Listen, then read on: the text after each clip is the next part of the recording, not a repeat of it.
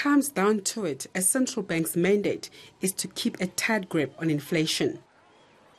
The main tools for this are monetary policy, that is keeping an eye on money supply and interest rates.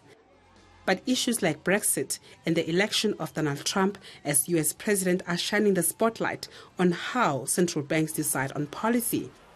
In South Africa, political parties like the EFF are calling for the Reserve Bank to be nationalized and to focus more on economic development instead. The finance minister and former Reserve Bank governor disagrees.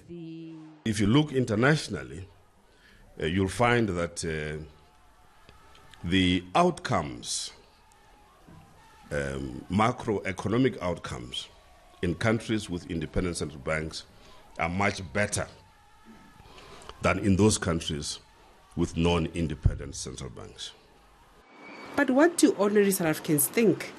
I think politics should be kept out of the Reserve Bank, as the government has enough problems dealing with the country and their infrastructure. I'm for the idea of the Reserve Bank being nationalized, and I believe it's about time that they do that. I think it's a big mistake. Now we can see Busasa, what is happening, and then now we have to take chances with them involved in a Reserve Bank.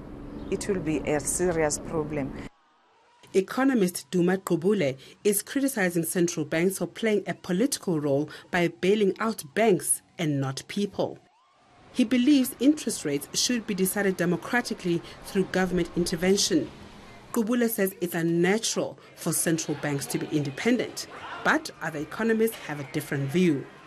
In the short term, that would make it a little easier for the average consumer, and economic growth for a year or two might turn out to be higher than might otherwise have been the case, just for a year or two. But inflation would inevitably start increasing, and before you knew it, you could have another major crisis. While politicians have made their views known, some analysts say this election isn't a referendum on the independence of the Reserve Bank. Dimakatso Thugwana, Johannesburg.